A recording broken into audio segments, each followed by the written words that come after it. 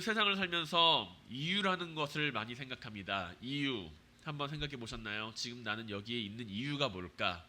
아니면은 나는 어떤 이유를 가지고 살아가나? 그렇게 종종 내가 이렇게 생각하는 이유는 이라고 이야기를 하면서 상대방에게 이야기를 합니다. 상대방을 설득할 때 아니면 상대방에게 내가 가진 의견을 제시할 때 나는 단순히 그 주장만을 제시하는 것이 아니라 내가 이렇게 생각하는 이유는 이라고 이야기를 하면서 그에 합당하고 타당한 근거를 제시한다라는 것이죠. 이유라고 하는 것은 무척이나 중요합니다. 의외로 많이 중요합니다. 결혼기념일이나 생일 중요하죠. 그런데 그것을 가장 친한 친구 아니면 남편이 까먹었어요. 그럼 어떨까요? 화가 납니다. 그리고는 이제 들어오기만을 기다려요. 눈을 부릅뜨고 이제 기다립니다. 들어와서 어디 한번 그 이유는 한번 들어보자 라고요. 그랬는데 들어와서 이야기를 들어보니 그럴싸해요. 오늘 꼭 일찍 오고 싶었는데 회사에서 일이 많아서 야근을 하다 보니 준비한 선물도 있었지만 그것을 챙겨오는 것을 회사에다가 까먹고 두고 왔어. 막 이렇게 구구절절한 사연을 이야기를 합니다. 만약에 집에 와서 오늘이 무슨 날인지 알아? 라고 이야기를 했을 때 무슨 날인데? 라고 이야기를 한다면 바로 그날로 저녁 반찬은 김치와 간장과 밥만 나오지 않을까 생각이 듭니다. 우리는 이유라는 것을 매우 중요하게 생각합니다. 아무리 내가 잘못한 일이 있더라도 이유가 있다라고 한다면 그에 합당한 이유가 있다라고 한다면 정상 참작해줘야지라는 마음을 가지게 된다는 것이죠. 심한 감기 몸살과 같은 병 아니면 천재지변으로 인해서 갈 수 없는 상황이 되었다라고 한다면 우리는 상대방이 약속을 어겼다라고 하더라도 이해합니다. 누군가를 때리는 것이 잘못된 것이라고 알고 있지만 그 사람을 때릴 수밖에 없는 상황이었다라고 이야기를 한다면 우리는 그 사람의 상태를 생각하면서 정상 참작을 하기 마련입니다. 많은 경우에 우리는 이유가 있으면 그 사정을 이해하고자 한다라는 것이죠. 물론 매번 이런저런 이유를 내고 핑계를 대는 것은 잘못된 일입니다. 하지만 피치 못할 사정으로 인해서 해야 할 일을 하지 못했을 때 우리는 그 이유를 듣고서 판단하게 된다는 것입니다. 이처럼 우리의 삶에는 여러 가지 이유들이 함께 존재한다는 이야기입니다. 우리는 주님을 믿는 모습 안에서도 그 이유를 발견할 수가 있습니다. 주님을 믿는 모습, 주님을 믿는 이유 이렇게 이야기를 하면은 내가 뭔가 좀 이기적으로 주님을 믿고 있는 것은 아닌가라고 생각이 들 수 있지만 주님을 믿는 이유가 없이 주님을 믿는다라고 한다면 그것이야말로 이상한 모습이라는 것이죠. 아니 땐 굴뚝에 연기가 날 수는 없기 때문입니다. 어떠한 이유가 되었든지 간에 우리는 주님을 믿고 있다라고 한다면 그 믿음에는 이유가 있다라는 이야기입니다. 주님을 믿는 모습에 대해서 우리는 어떠한 이유로 주님을 믿으며 살아가고 있나요?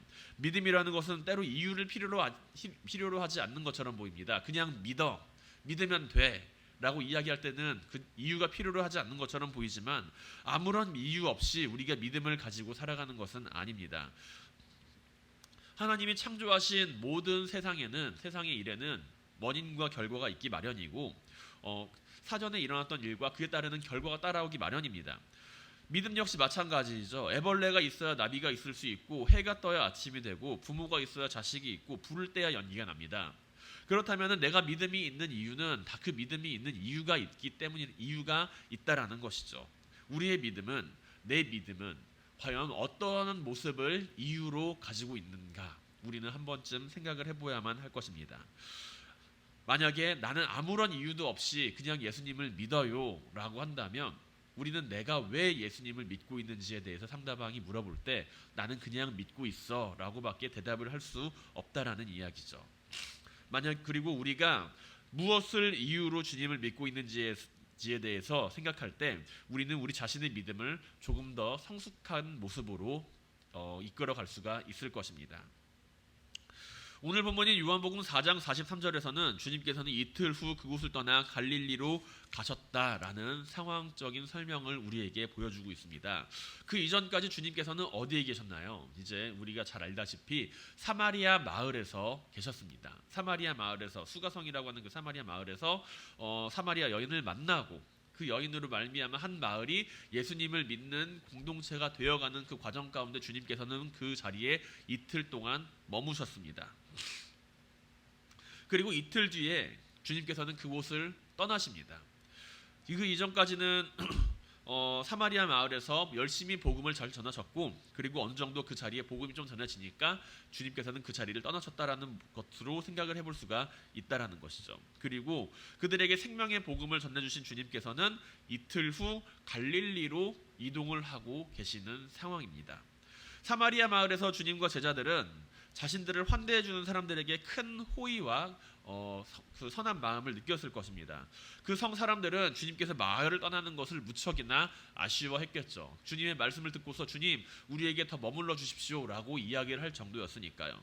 자신들이 알지 못하는 진리를 알고 계시고 마을 사람들 중 상당수가 믿음을 가지게 되었으므로 그들은 며칠이라도 더 주님께서 이곳에 머물기를 원했을 것입니다. 그러나 주님께서는 그 마을을 떠나 갈릴리로 가시죠. 주님의 사역의 특징 가운데 한 가지를 살펴본다면 주님께서는 한 곳에 고정적으로 머물러서 그곳에 본부나 캠프를 차리지 않고 계속 떠돌아다니는 떠돌이 생활을 하셨다라는 것을 우리는 발견할 수가 있습니다.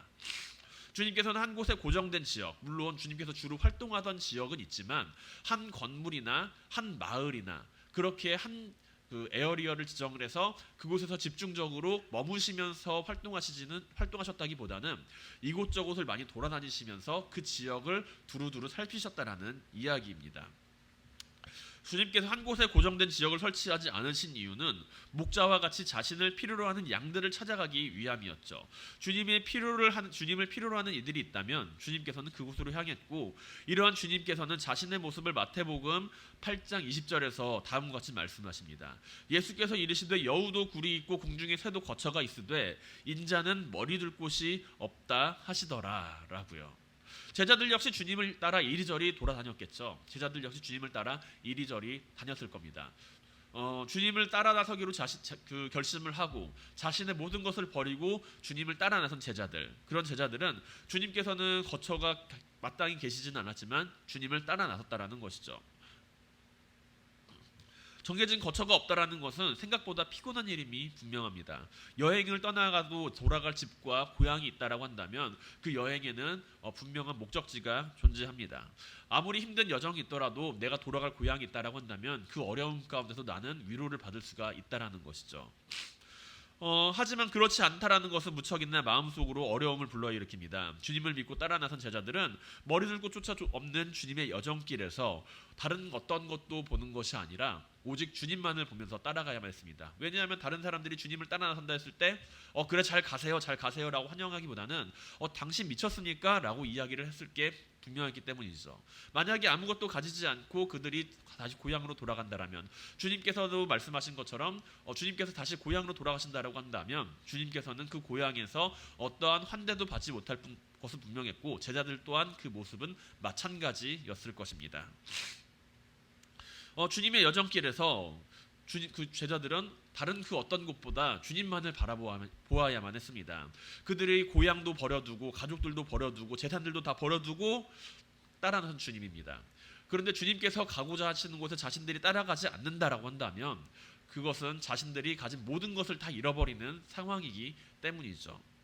주님을 믿고 따라 나선 제자들, 그리고 주님께서는 이리저리 돌아다니십니다. 월급을 많이 받는 것도 아니고 그 여정길에서 엄청난 권력을 부여잡는 것도 아닙니다. 하지만 그럼에도 불구하고 제자들과 주님께서는 이리저리 돌아다니십니다. 그리고 그 가운데서 제자들은 주님을 바라보고 주님께서는 하나님을 바라보시면서 자신의 여정길에서 해야 할 일과 새로운 힘을 얻었다는 것이죠.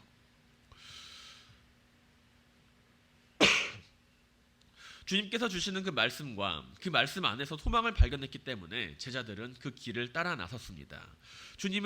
주님께서 하나님을 믿는 그 믿음 안에서 주님을 향한 소망을 발견할 수가 있다라는 것이죠. 이 소망은 한 곳에서만 정착하며 자신의 것을 움켜쥐기 위해 살아가는 가운데 가질 수가 있는 것이 아니라 오직 주님만을 바라보며 따라가는 가운데 마주할 수 있는 소망입니다. 부자가 되고 싶은 사람은 장사를 열심히 하면 됩니다. 주님 앞에 나오지 않아도 돼요. 부자가 되고 싶은 사람은 장사를 열심히 하면 됩니다. 그리고 열심히 똑똑해지고 싶은 사람은 공부를 열심히 하면 됩니다. 주님을 만나러 나오지 않아도 돼요. 열심히 공부하는 편이 그 시간에 한 글자라도 더 보는 편이 더 똑똑해질 수 있는 길일 수도 있습니다. 성공하고 싶은 사람은 자신을 성공시켜줄 수 있는 사람을 찾아가거나 성공을 시켜줄 수 있는 아이템을 개발하면 됩니다.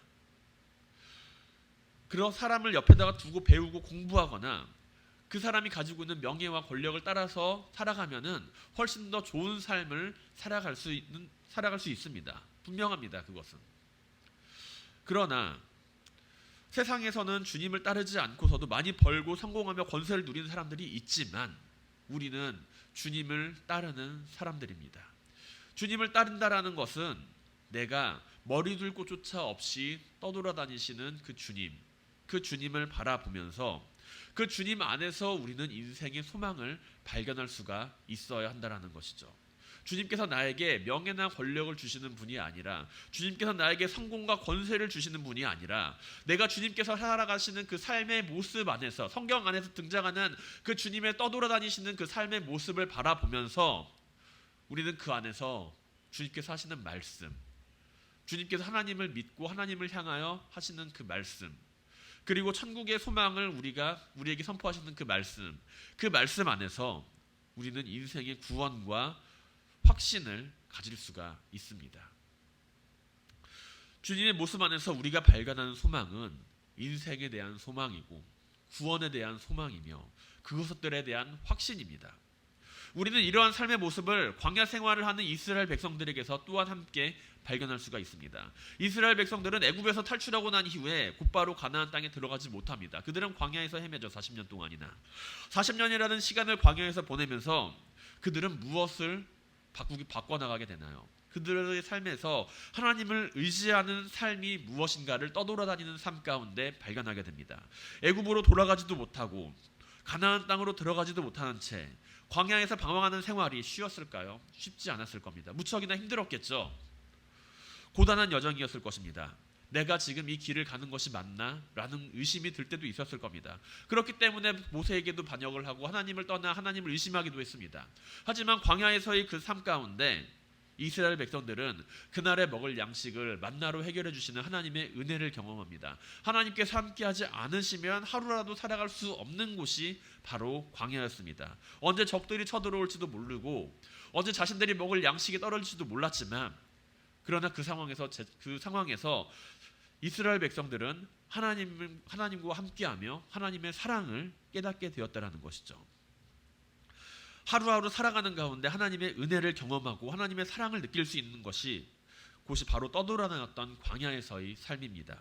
오히려 가나안 땅에 정착해서 자신들의 손으로 먹을 것을 추수하면서부터 그들은 하나님으로부터 점점점 멀어지는 삶을 마주하게 됩니다.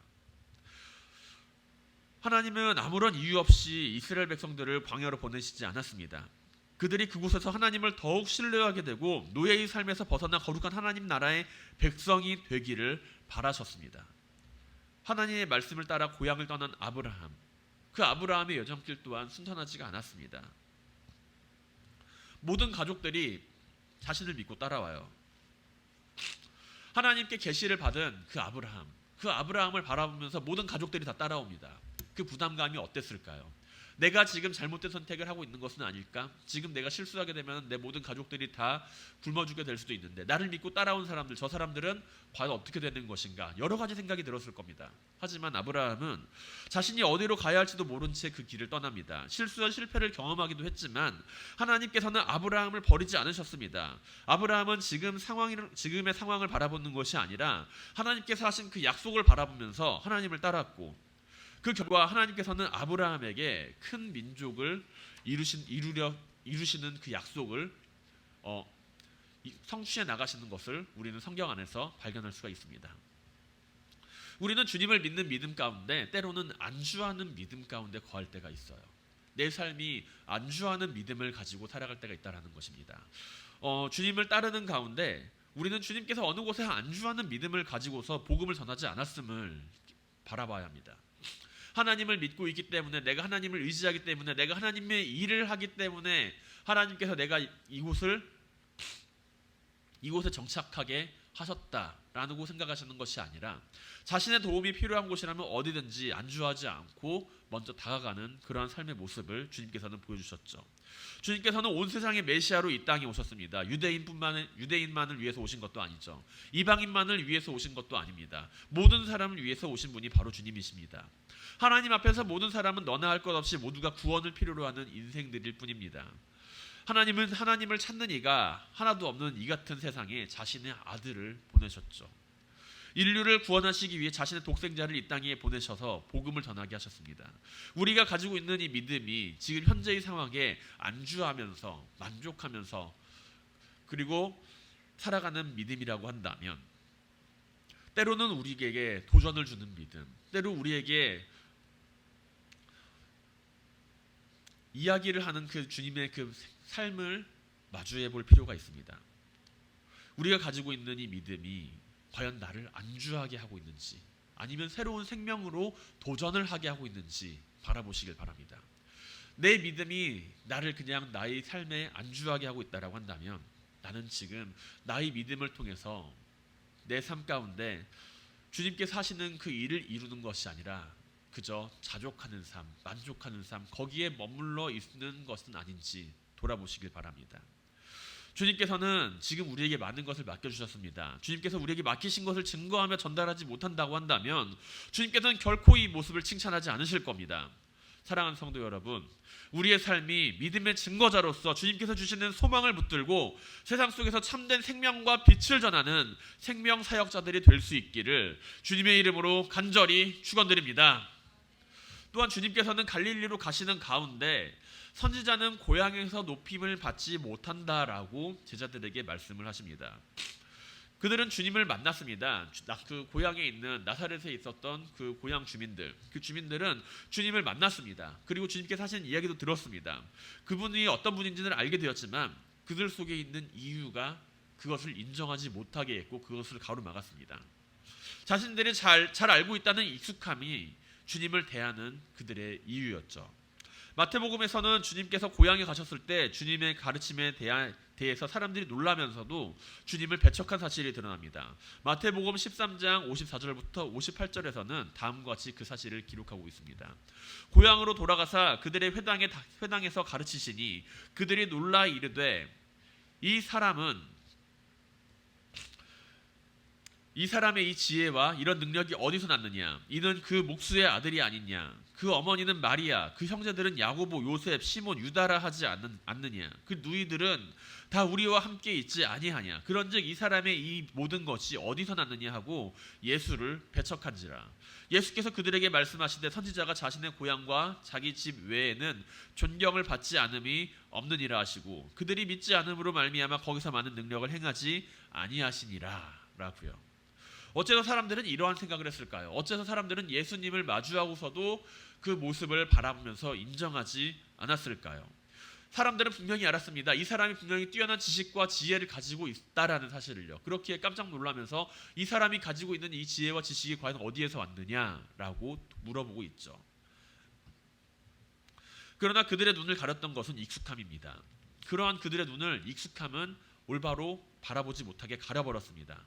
마을 사람들에게 있어서 예수라고 하는 존재는 어린 시절부터 계속 지켜봐온 형제와도 같은 존재였습니다. 그들의 부모, 그들의 누이, 그들의 형제, 동생 모든 것들을 마을 사람들은 알고 있었죠. 어릴 시절부터 계속 지켜보고 알고 있었던 마을 사람들입니다. 그들에게 말씀을 전할 때 사람들은 익숙함을 통해 그를 판단합니다. 내가 저 사람을 잘 알고 있는데 라는 그 익숙함이라는 것이죠. 내가 저 사람을 잘 알고 있는데 저 사람은 저런 말을 할 만한 깜냥이 안 돼 라는 그 익숙함입니다.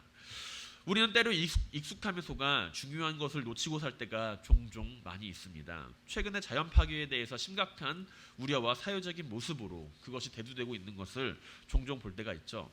전 세계적으로 탄소 중립을 외치면서 자연을 보호해야 한다. 환경을 보호해야 한다라고 외치고 있습니다. 자연 파괴라고 하는 것이 그런데 하루 이틀 만에 이루어진 것은 아닙니다. 산업혁명이 발생하고 석유와 석탄이 주요 원료로 인류에게 사용되면서 발생하면서 떠오르게 된 문제이죠. 그러나 자연이 우리에게 주는 그 익숙함, 그 익숙함과 당연함이 사라지게 되면서부터 사람들은 자연에 대한 경각심을 가지게 되었다라는 것입니다. 그동안에는 당연히 있어서 몰랐던 것들이 이제는 그것들이 사라지게 되면서 중요하구나라는 사실을 점차 관심을 가지게 되었고, 자연이 파괴되면서 자연을 보호하자는 외침이 시작되었다라는 것이죠. 익숙한 것이 사라지게 됨으로써 되게 익숙한 것이 사라지게 되므로 익숙한 것이 소중한 것이었구나라는 것을 알게 된 것입니다. 우리 주변에는 이런 경우가 참으로 많이 있죠. 익숙한 것이 아니게 되었을 때, 익숙한 것이 사라지게 되었을 때 그제서야 후회하고 돌이키는 모습입니다. 사람들은 잃어버리고 나서야 후회를 하고 사라진 다음 그 사실을 깨닫습니다. 소 잃고 외양간을 고친다라는 말에서 우리는 지나간 일에 대해서 아무리 후회를 한들 소용이 없다라는 사실을 알게 됩니다. 고장난 외양간이 너무나도 익숙해지면 도둑이 들였을 때 그제서야 익숙했던 그 외양간이 낯설게 보인다라는 것이죠.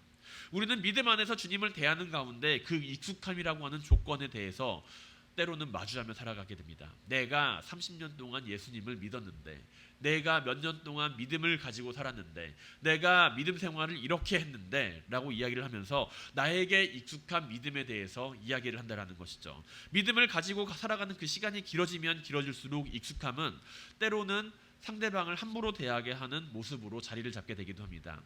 이 사람은 이렇게 해도 된다라고 생각을 하거나 여기까지는 괜찮다라고 여길 수 있습니다. 그러나 우리가 익숙함이라고 하는 그 말에 속아서 상대방을 대할 때 우리는 때로는 그 상대방을 상처 입힐 수도 있으며, 믿음 안에서 주님을 익숙함으로 대할 때 나에게 익숙하고 내가 잘 알고 있는 주님의 모습만을 바라보게 된다라는 것이죠. 사람은 언제나 바라보는 그 시야에 한정이 되어 있습니다. 내가 익숙한 것을 바라보기를 좋아하지 새로운 것을 바라보기를 좋아하는 사람은 그렇게 많지 않습니다. 도전의식을 가지고서 그것을 바라보기를 원하는 사람만이 그것을 바라볼 눈을 가지게 된다는 것이죠. 한번 생각해 보세요. 내가 집에 돌아가는 길에 어떠한 길로 돌아가는지, 내가 과연 집에 돌아갈 때 어떠한 방법으로 찾아가는지, 나에게 가장 익숙한 방법으로 그 길을 찾아갑니다. 이 익숙함에서 벗어나기 위해서 우리는 무엇을 해야 할까요? 예수 그리스도를 향한 그 익숙함, 주님을 향한 그 익숙함에 대해서 벗어나기 위해서 우리는 어떠한 삶의 자세를 가지고 있어야 할까요? 매일매일 새롭게 생각하는 그 익숙함에 대해서 우리가 가져야 할 삶의 자세는 감사의 모습입니다. 내가 감사하는 삶의 모습을 가지고 있을 때 우리는 익숙함에서 벗어날 수가 있습니다. 내가 감사하는 눈으로서 사람들을 바라볼 때 우리는 익숙함에서 벗어나 그 사람을 마주하게 될 수가 있습니다. 우리가 예수님을 향하여서, 주님을 향하여서 내가 당연하게 바라보는 것이 아니라 주님을 감사하는 마음으로 바라볼 때, 나의 믿음이 익숙함으로 말미암아 내 삶의 자리를 잡는 것이 아니라 감사함으로써 내 삶의 자리를 잡게 되었을 때 우리는 그 감사함으로 말미암아 새로운 눈을 통해 주님을 바라보게 될 수가 있습니다. 사랑하는 성도 여러분, 우리의 삶이 믿음 안에서 언제나 감사하는 삶을 살아가게 되길 바랍니다. 믿음을 가지고 있으니 이렇다, 믿음을 가지고 있으니 저렇다, 이 정도면 된다, 저 정도면 된다라고 이야기를 하기에 앞서서 믿음 안에서 감사하는 삶을 내가 먼저 살아가게 되길 바랍니다. 내게 익숙한 믿음이 아니라 늘 새롭게 나를 변화시키는 예수님의 그 믿음, 주님을 향한 그 믿음이 나를 살리고 주님을 향한 그 감사하는 마음이 나를 더욱 새롭게 만드는 가운데 언제나 행복하고 기쁜 삶을 누리는 성도님들이 되시기를 주님의 이름으로 간절히 축원드립니다. 마지막으로 주님을 믿는 가운데 우리는 주님을 믿는 것이 아니라 기적을 믿는 것은 아닌지 바라보아야 합니다. 주님을 믿는 것이나 주님의 기적을 믿는 것이나 비슷하게 보이죠. 주님께서 하시는 일을 믿는 것이 곧 주님을 믿는 것이 아닌가라고 생각이 될 수 있지만 그 둘 사이에는 큰 차이점이 있습니다. 내가 주님을 믿는다라고 한다면 주님께서는 그 기적을 일으키시지 않아도 나는 주님을 믿습니다. 하지만 내가 주님께서 이 기적을 일으키셨다는 사실을 믿는다면은 나에게 있어서 필요한 주님은 기적을 일으키시는 주님입니다. 과연 우리는 어떠한 주님을 바라보며 살아가고 있나요? 요한복음 4장 45절에서는 주님을 믿는 갈릴리인들에 대해서 다음과 같이 기록합니다. 갈릴리에 이르시매 갈릴리인들이 그를 영접하니 이는 자기들도 명절에 갔다가 예수께서 명절 중 예루살렘에서 하신 모든 일을 보았음이더라 라고요. 우리는 믿음을 가지고 살아가는 가운데 주님께서 하신 일을 마주하며 주님을 믿는 경우가 더러 있습니다. 물론 이와 같은 경우에 주님을 믿지 않는 나사렛 사람들보다 낫다라고 여길 수는 있을지 모릅니다. 그러나 이와 같은 믿음의 모습은 오래가는 믿음의 모습이 아닙니다. 주님께서 하신 그 일을 바라보며 믿는 믿음은 오래가는 믿음은 아니라는 것이죠. 길게 가는 믿음이 아닙니다. 왜냐하면 지금 갈릴리에 있는 그 갈릴리인들은 주님께서 그 하신 일, 예루살렘에서 하신 일, 그 누구도 시도해보지 못했던 그 일을 했기 때문에 주님을 믿었다라는 이야기이기 때문입니다. 만약에 주님이 아니라 다른 개혁자가 나타나서 그 일을 했다라고 한다면 갈릴리인들은 주님을 믿지 않고 그 사람을 더욱 따랐을 것이라는 이야기죠.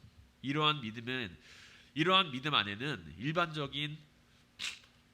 이러한 믿음 안에서는 우리는 분명한 믿음의 고백이 상실되어 있음을 마주하게 됩니다. 믿음의 고백이 상실되어 있습니다. 사마리아 사람들이 주님을 영접하고 갈릴리 사람들도 주님을 영접했습니다. 믿었습니다. 둘 다 똑같이 주님을 믿었어요. 사마리아 사람들에게는 하지만 분명한 자기 고백과 확신이 있었습니다.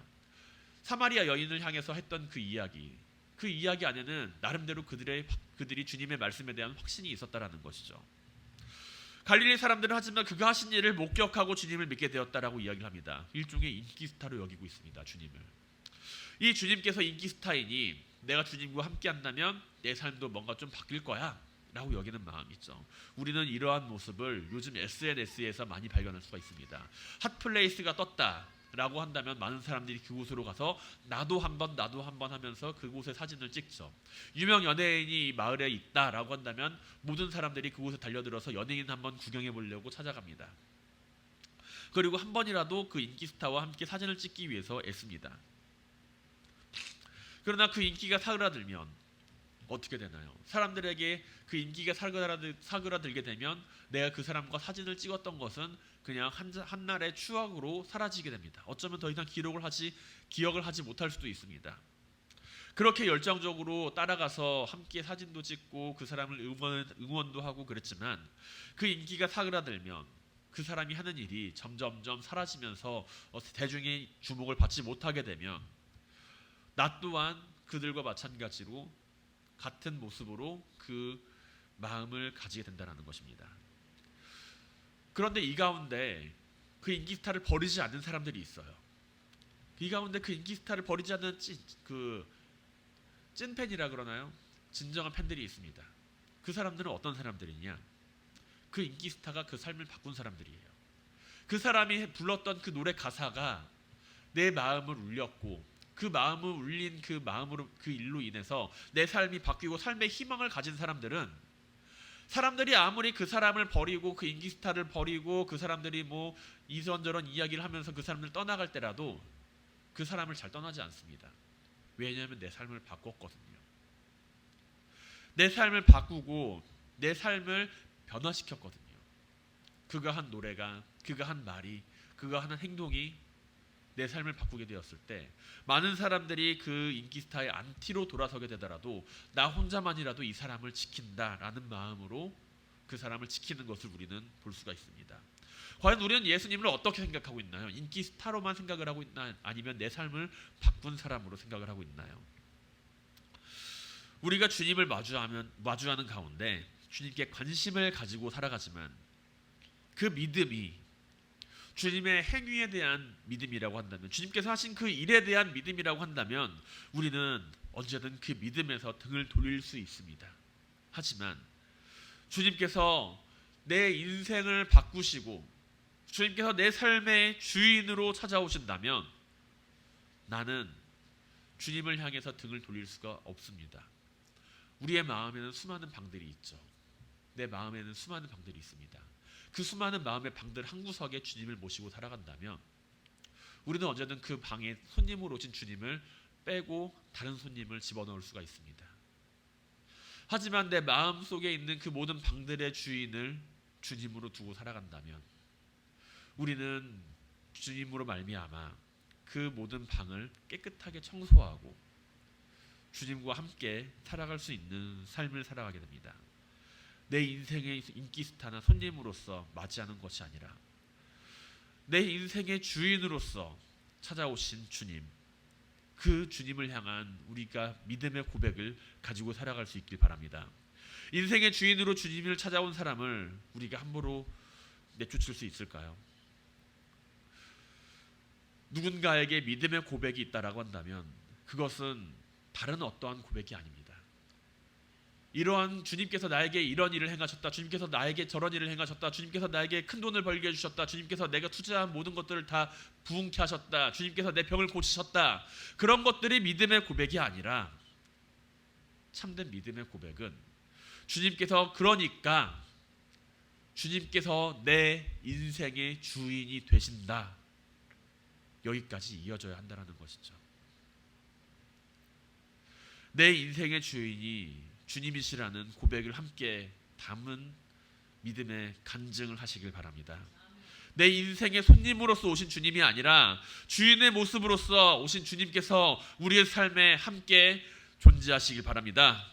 사랑하는 성도 여러분, 우리 인생의 주인이 되시는 주님을 향한 우리의 믿음의 고백이 있기를 바랍니다. 내 인생의 주인으로 오신 주님, 익숙하지 않고 언제나 그 감사하는 모습으로 주님을 바라보는 그 주님의 모습, 그리고 그것으로 말미암아 안주하는 것이 아니라 언제나 나에게 새로운 생명을 주시는 그 주님에 대한 그 믿음, 그 믿음이 우리의 삶을 이끌어가길 바랍니다. 우리의 행적을 보고서 주님께서 과연 나를 어떻게 바라보고 계실까? 우리의 믿음이 주님을 온전한 믿음으로 고백하고 주님과 함께하는 가운데 주님을 주인으로 맞이하고 살아간다라고 한다면 단순히 내가 믿는다고 말하는 것이 아니라 내 인생을 주님께 맡긴다라고 하는 그 믿음의 고백이 나의 삶을 이끌어가게 될 수 있길 바랍니다. 주님을 우리의 인생의 주인으로 모시고 살아가는 모든 성도님들이 되시기를 주님의 이름으로 간절히 축원드립니다.